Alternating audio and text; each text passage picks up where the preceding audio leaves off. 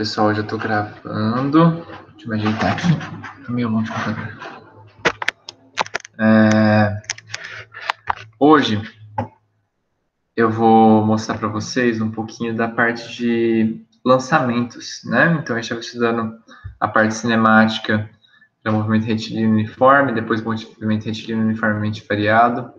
Aí a gente viu queda livre, que é dentro do movimento retilíneo uniformemente variado, tem várias situações. E a mais importante delas é o caso da queda livre, né, da gravidade. A gravidade é uma aceleração constante, então ela é um caso perfeito de movimento retilíneo uniformemente variado. E é o que mais cai em qualquer prova aí que vocês forem fazer. Quando cai cinemática, é isso que cai, né? Vamos lá, então. Eu já tinha falado sobre queda livre, sobre lançamento para cima, lançamento para baixo. Hoje nós vamos falar sobre lançamento horizontal.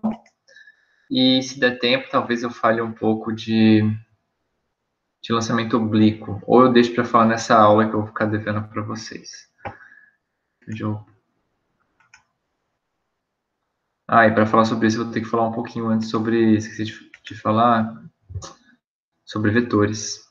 Uma coisa que eu acabei largando que não era importante na época, agora vai ser importante. Vocês já estão vendo minha tela ou não? Sim. Beleza. Então, deixa eu abrir aqui. Já falar de lançamentos horizontais agora. Antes a gente estava falando sempre de ou jogar alguma coisa para cima, ou arremessar alguma coisa para baixo, ou soltar uma coisa só no ar. Agora não, eu não vou jogar ela nem para baixo nem para cima, eu vou jogar ela para frente. Só que como tem a gravidade, ela vai cair, né? De qualquer forma. Então, sei lá, imagina que isso aqui é um trilho de trem. É aqui, aquele filme de Bang Bang, sabe, que explode o trem, o trilho do trem, e o trem faz... É isso aqui, entendeu? É esse lançamento. É o lançamento horizontal. Ele está indo para frente, mas a gravidade puxa ele para baixo. Nesse caso, nós temos uma composição de movimentos, na verdade, né? Nós temos um movimento na horizontal e um movimento na vertical. E aí, a junção dos dois que gera esse movimento que a gente... vocês vão... Depois a gente vai chegar nisso, né? Mas isso aqui é uma parábola. Daqui a pouco a gente vai ver que é uma parábola. Antes disso, vamos lembrar rapidamente sobre... Peraí, que tá lá atrás. Vetores. Gente, cadê?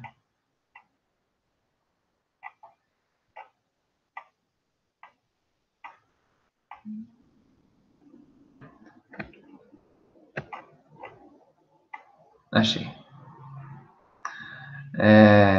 Então, só relembrando rapidamente o que é um vetor. Um vetor, ele é uma grandeza, tá? Na verdade, um vetor é uma representação matemática, mas a gente usa o vetor para explicar...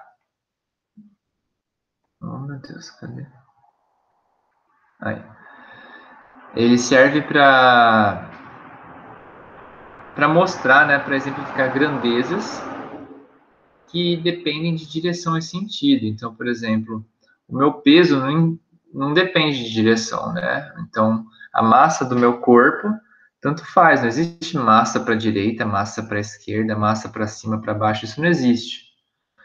É massa e ponto final. Então, isso é uma grandeza que a gente chama de grandeza escalar. Ela não depende de direção. Agora, se eu estou acelerando um carro, depende muito para que lado eu estou acelerando. Então, a velocidade de um veículo ou de qualquer outro objeto depende, sim, além da velocidade, né, da grandeza e velocidade, sei lá, 100 km por hora. Não adianta eu só falar que está 100 km por hora, eu tenho que falar se está indo na direção, sei lá, se eu estou em Anguera, eu estou indo na direção de São Paulo ou na direção de Minas Gerais. Então, para qual direção estou indo? Desculpa, qual o sentido? Qual direção? Desculpa, qual direção? Qual sentido? É o contrário. Então, só para deixar claro que é direção e sentido. Direção, tá certo. Direção, por exemplo, é assim, ó.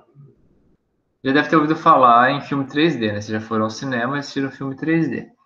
Qual que é a grande diferença do filme 3D para o 2D? O 2D, existem duas dimensões. Quais dimensões? A dimensão horizontal e a vertical, né?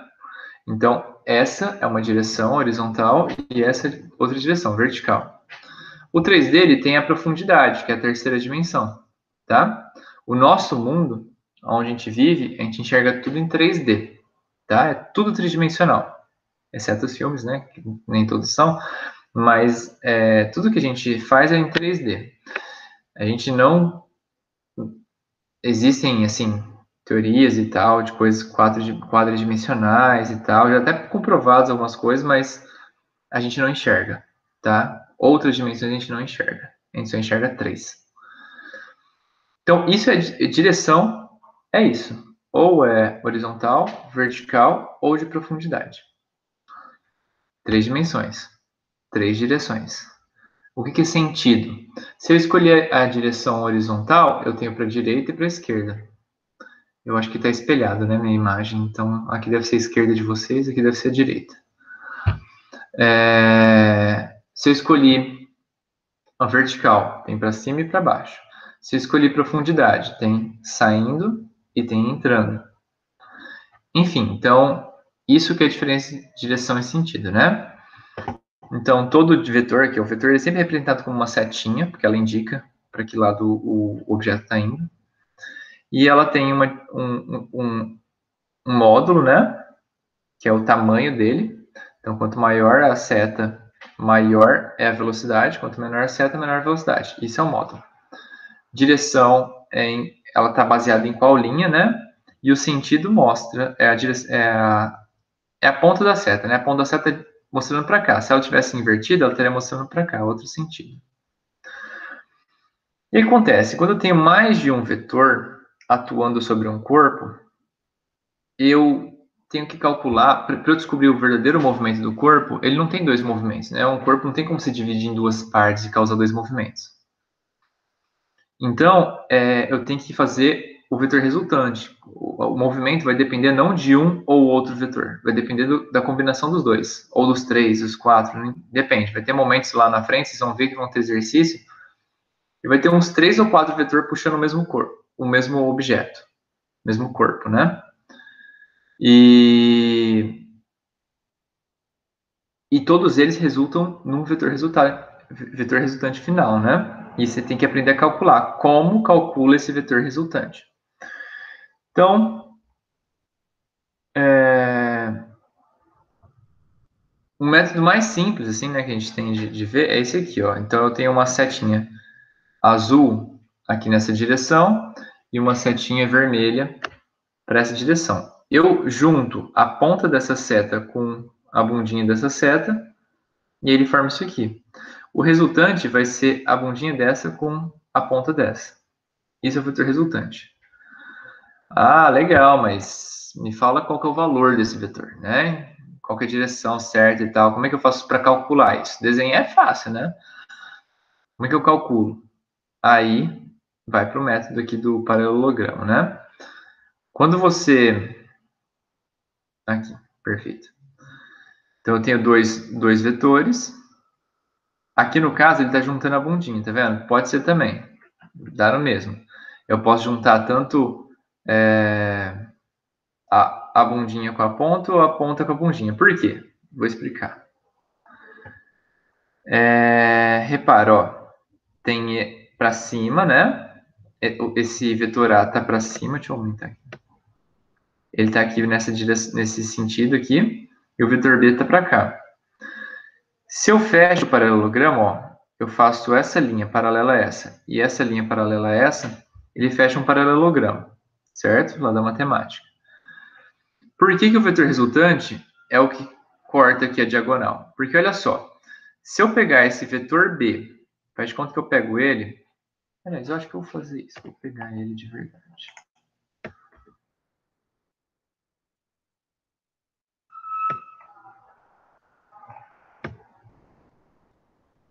Ai, gente, o que aconteceu? Ixi.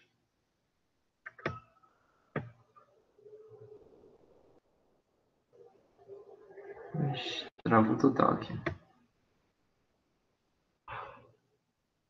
Ah, deu certo. Se eu pego esse vetor aqui, ó, e puxo ele para cá, olha só o que acontece. Tá vendo que é a mesma coisa? Se eu colocar ele em cima ou embaixo, esse tamanho aqui de cima é igual ao tamanho de baixo. E como eu tinha falado antes, né, o vetor resultante ele vai em qual direção? Ele começa na bundinha de um e vai até a ponta do outro.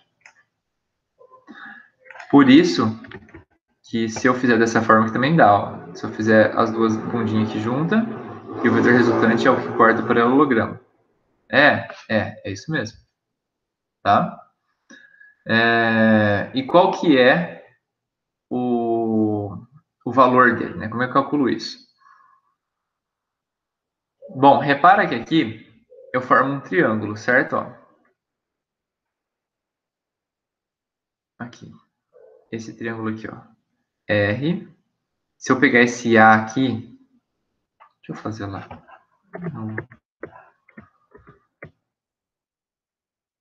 Ó, se eu pego esse A aqui. Ai, tá muito torto, eu vou pegar o B.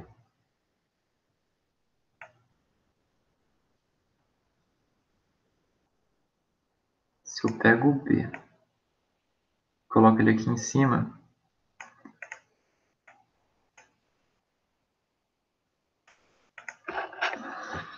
Repara que forma um triângulo, certo? Ó, um triângulo. O mesmo vale para esse triângulo aqui, ó. Esse. Esse aqui, esse vetor aqui, é o A. Esse aqui é o mesmo que esse. Que é um paralelogramo, né, gente? Você sabe que a função do paralelogramo quer dizer, função não. A característica dele é que os lados opostos são congruentes, né? Então, esse lado é congruente a esse lado é congruente a esse. Então, aqui forma um triângulo. Esse triângulo, se você... Vamos lembrar lá na matemática. Quando eu tenho um triângulo, eu posso usar a fórmula. Lembra que tem a Pitágoras, né? O Pitágoras ele só pode ser usado quando o ângulo aqui é 90 graus, certo? E só pode ser usado quando o ângulo é 90 graus, mas existe a lei do cosseno. Não sei se vocês vão se lembrar que ela é assim, ó. Deixa eu apagar aqui.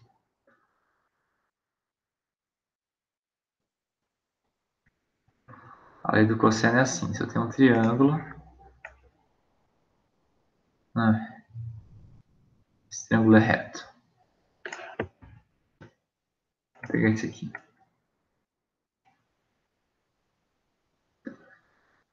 Eu tenho um triângulo de lado A, B, C. E aí escolhe um. Vou escolher esse aqui. Não, esse aqui. Alfa. E eu sei um dos ângulos aqui. Para eu calcular um dos lados em função dos outros, é igualzinho. Ó. Esse é o quadrado. Mas pensa isso. Isso aqui é Pitágoras, né? Só que isso aqui não é 90 graus para ser Pitágoras. E aí tem uma adição de um termo aí que é menos 2bc cosseno. Nossa, eu coloquei tudo letra C, vai ficar feio. Coloca assim, cosseno de C. Não, de C não, é alfa. Cosseno de alfa.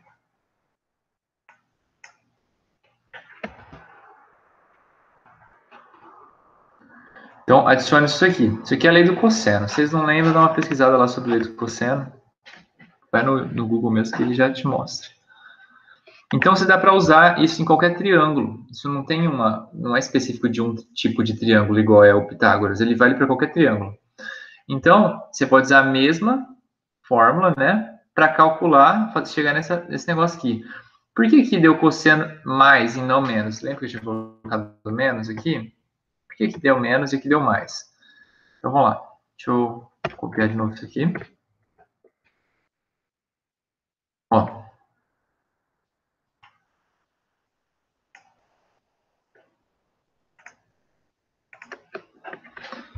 Tô perdendo meu tempo, não vou explicar um negócio. Vai ser rapidinho aqui. Lembra que aqui é o lado A, aqui é o lado B e aqui é o lado R, certo?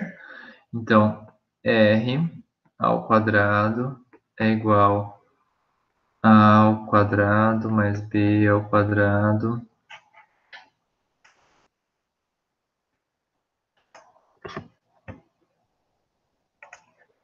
menos 2AB.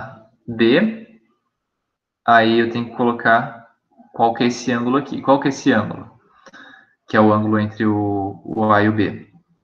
Se aqui é θ, aqui vai ser π menos θ, ou 180 menos θ. Se vocês não enxergam porque vocês me falam, tá? Eu explico. Ai, esqueci do cosseno.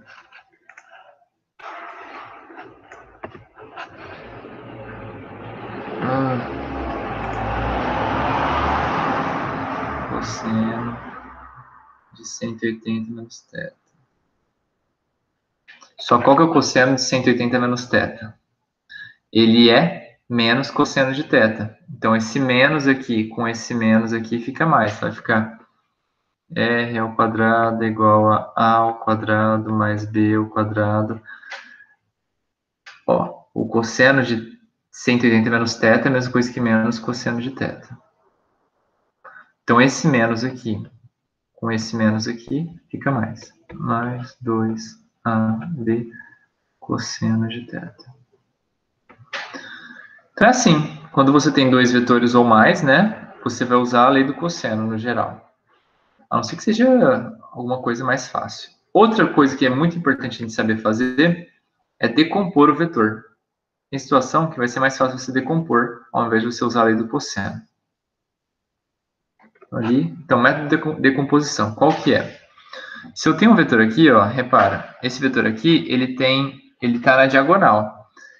Então, se eu desenho, tá vendo que ele tem um tamanho na vertical e um tamanho na horizontal? Lembra lá do paralelogramo? Que o vetor aqui na diagonal, ele é uma resultante de desse aqui com esse aqui, da soma desses dois. Então, esse que está na diagonal, ele é uma resultante desse AY com esse AX. Então, eu posso tanto juntar dois vetores para dar um resultante, quanto pegar um resultante e transformar em dois vetores, para facilitar minhas contas. Então, é esse movimento que vocês vão ter que começar a acostumar. Vai ter momentos que você vai ter que somar os vetores e usar a lei do cosseno para fazer isso. E vai ter momentos que vai ser interessante você pegar um vetor e decompô-lo. Como é que eu decomponho um vetor? Nós vamos usar basicamente trigonometria, tá? Então, vai ser bastante usado trigonometria. Não sei se vocês estão craque nisso, mas se não tiver, a gente fica. Então, eu tenho lá um vetorzinho. Aí eu vou decompor ele. Tanto na parte horizontal dele, quanto na parte vertical.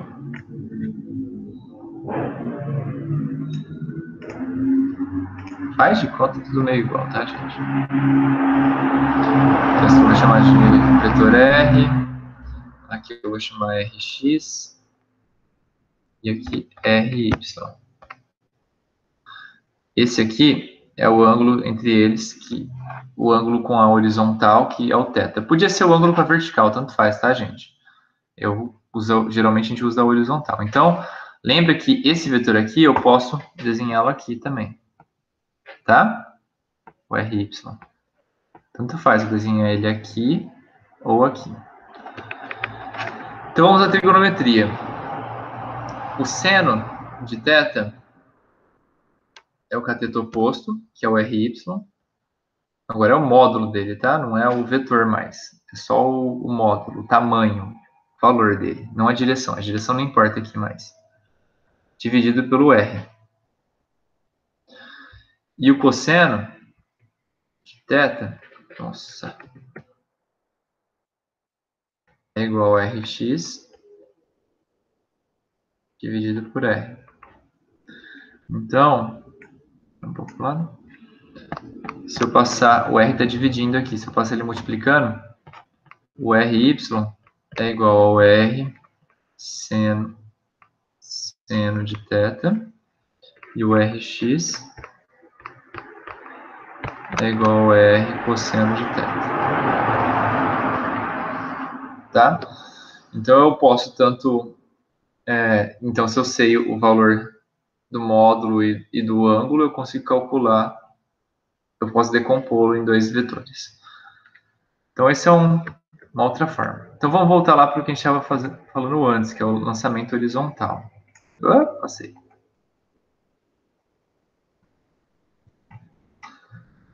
O lançamento horizontal, pessoal, o que é? Consiste em, por exemplo, vou dar um exemplo bem simples. Estou com uma bolinha em cima de uma mesa. Eu não vou jogar a bolinha para baixo nem para cima, eu vou empurrar ela para frente. Aí ela vai andar e ela vai ter uma velocidade para frente e vai cair. Então tem dois movimentos aqui. Tem um movimento inercial para frente, né? E o um movimento para baixo. Então, vamos lembrar lá nossas fórmulas.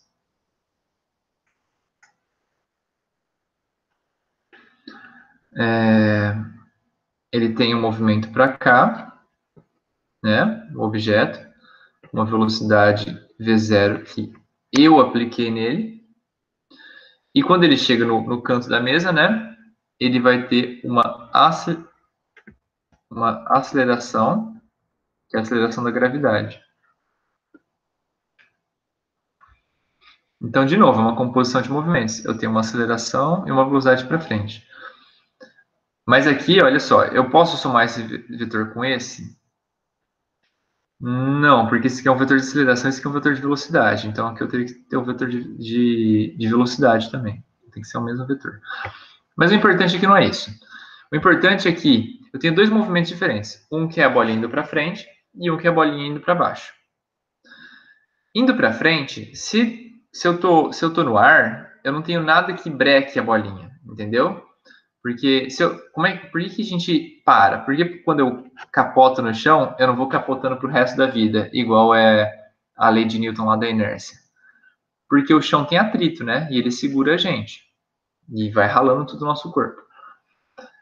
Já se for no ar, eu continuo. Eu continuo até chegar no chão, né? E a mesma coisa para baixo.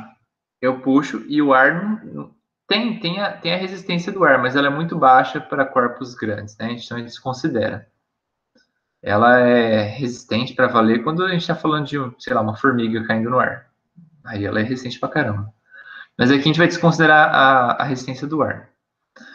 Então, na velocidade, na direção horizontal, assim, horizontal,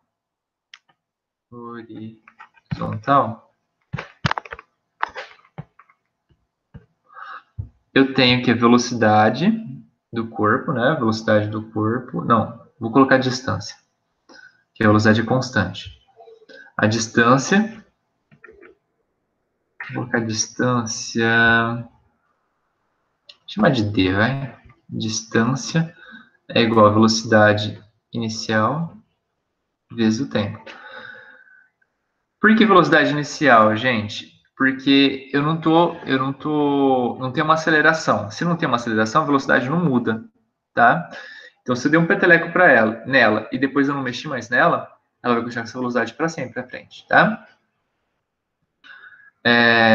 E eu considerei que a distância inicial, o início dela é zero, tá? E o vertical? Vamos colocar aqui vertical.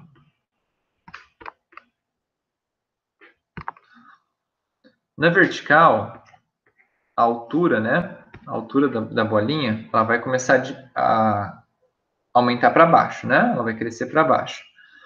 Então, não sei se vão lembrar, como tem aceleração, eu vou usar a fórmula do sorvetão. Aqui é da fórmula do sorvete, aqui é do sorvetão.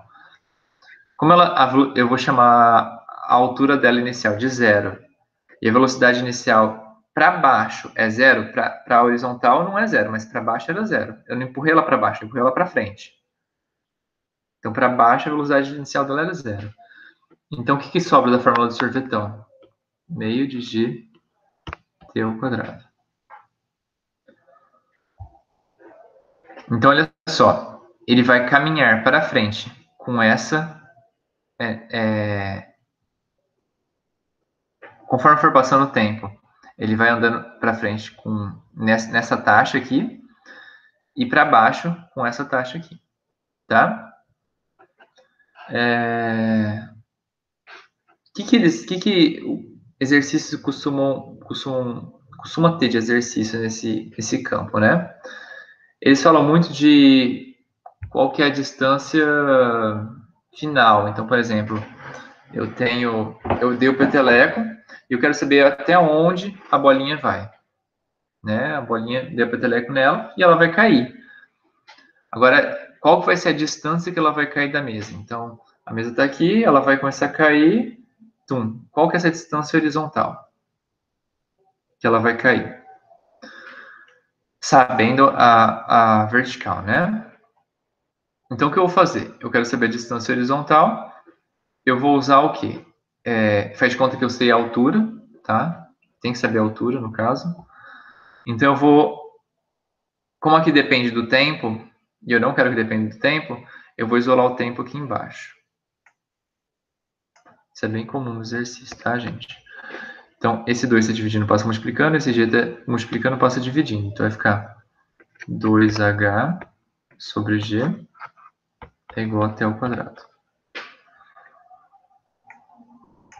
Então, se eu vou tá elevado ao quadrado, vai passar como raiz, né? Então, t é igual a raiz de 2h sobre g. Então, qual que é a distância máxima? A distância final que ele vai chegar, né? Qual que é a distância final? Vai ser igual... Vou colocar aqui de altura... Esse h aqui de altura máxima, né? Que é a altura final que ele...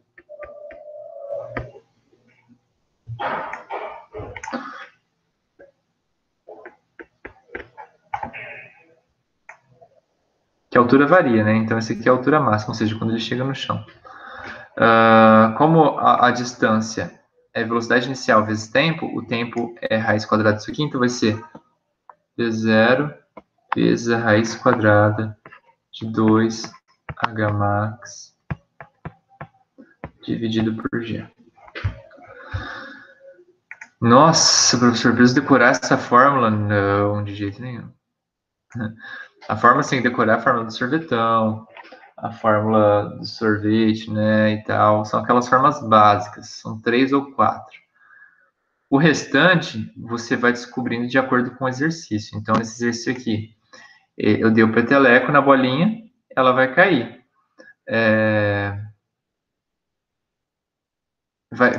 Qual que vai ser a distância final que ela vai chegar? Então, faz de conta que ela estava no 0 e foi até o chão. Então, ela percorreu a altura máxima que ela estava, né? Então, a distância final é essa daqui, usando as fórmulas que a gente tem. O que mais tem de importante? Vamos ver aqui. Foi o que eu falei.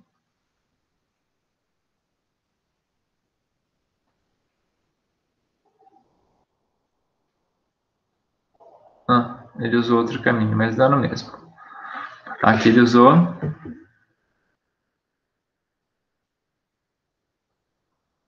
o tempo de queda.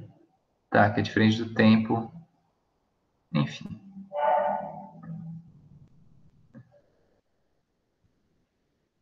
Dá no mesmo, no final das contas. O que mais que é importante aqui ser falado? Ele fala da velocidade, né?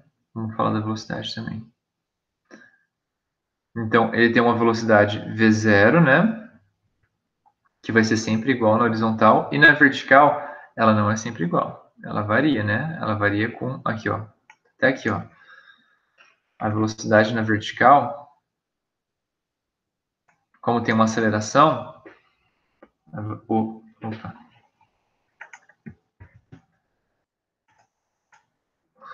A velocidade na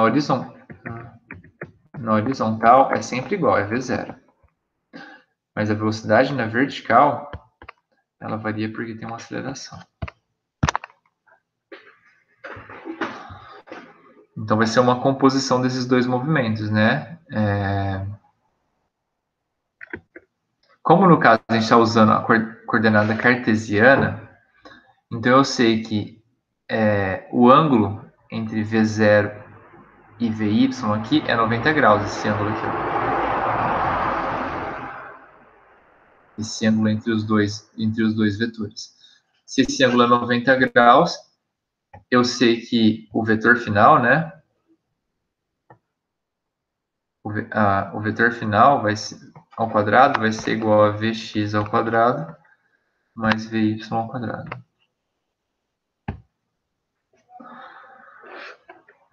Por que eu posso falar isso? Porque se você for usar a lei do cosseno lá, né? Aqui teria mais Vx vezes V2, Vx vezes Vy, vezes cosseno do ângulo entre eles. Como o ângulo é 90 graus, cosseno de 90 é quanto? 0. Então, ele é cancelado, esse termo aqui. Então, fica só isso aqui. Vamos substituir agora aqui esses valores aqui. Então, vai ficar aqui, ó, a velocidade do corpo é mais ou menos raiz de V0 ao quadrado mais G ao quadrado, T ao quadrado.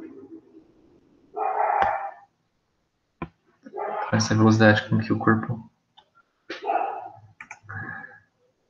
É a velocidade somada do corpo, né? Ele tem uma velocidade para frente e uma velocidade para baixo. A velocidade que você for pegar dele mesmo é esse aqui. É uma somatória dessas duas velocidades. Deixa eu ver se ele fala mais uma coisa. Ah, tá.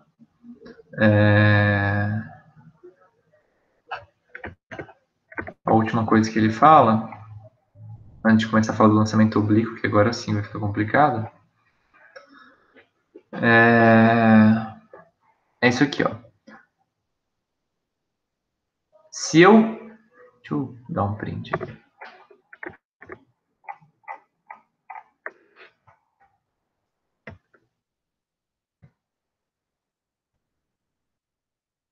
Tá acabando, tá, gente? Eu já libero vocês.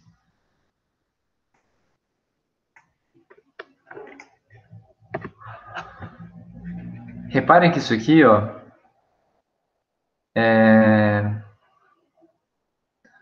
se eu pegar esse vetor aqui, o V0, e puxar ele para cá, ele forma um triângulo. Então, é VY, V0 e V.